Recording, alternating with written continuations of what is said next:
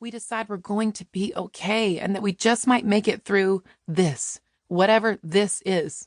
We're encouraged and inspired to respond, and maybe someday we'll even be moved to do the same for another, to go first. I've told many of my stories, sometimes as a response and sometimes as a risk, but it's nearly always been worth it. Except for one time on a Christian television show. I'll tell you about that later, but for now, if you've never had a sister go first, may I go first with you.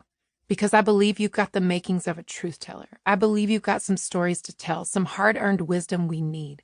So here we go, my story. I found out I was pregnant the first time in a Texaco gas station bathroom.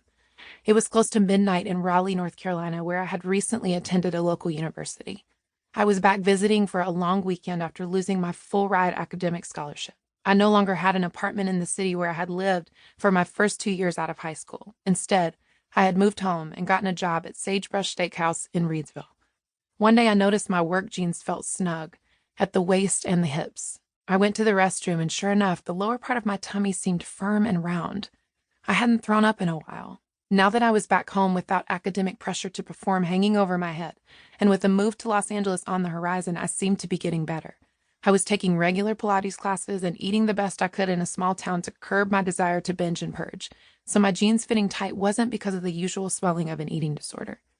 By the time I made the 2-hour drive to Raleigh that weekend, my equilibrium fell off and I was nauseous. So after spending some time with friends, I went to a gas station and bought a pregnancy test. I felt too afraid to call a friend and too ashamed to take the test in someone's home.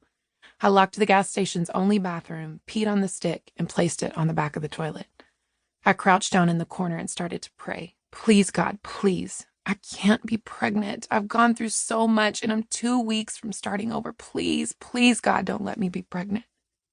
With my gut in my throat and tears streaming down my face, I took the long walk to the test. Positive. I had dreamed my whole life about becoming a mother. Maybe I'd bake something to let my husband know or get one of those fancy silver something or others from Tiffany's, make dinner and have it wrapped on his place setting. We'd celebrate together in our home and start talking nursery colors and names. It would be one of the happiest moments of my life. This was among the most painful. I was born in Eden, North Carolina at the only hospital in town. It was a beautiful beginning place, small enough to know everybody and to rarely know anyone at all. We all had secrets because that is what humans keep, and as sweet as my childhood was, perhaps the skill I retained best was masking my pain. I don't fully understand why I felt compelled to hide, to retreat deep inside myself, to swallow every hurt and wound and keep myself from burdening others, but I did. I don't have anyone to blame. Still, we all make choices based on our context, on what has shaped and informed us, and until we know different, we do the best we can with what we have. I don't know if it's like this everywhere, but in the South, we are raised to tell the truth. And most of the time, that means telling it like it is, about other people. That girl is homely. Honey, he is as mean as a rattlesnake. I told her he's a low-down, dirty scoundrel, and he's dumb as a brick, too, but she don't listen. Well, you know she ain't the sharpest tool in the shed. That teacher is busier than a one-armed wallpaper hanger. She makes me a nervous wreck. There's a small exchange, and it often starts with, well, you know, and ends with, bless her heart, which is no kind of blessing, let me tell you.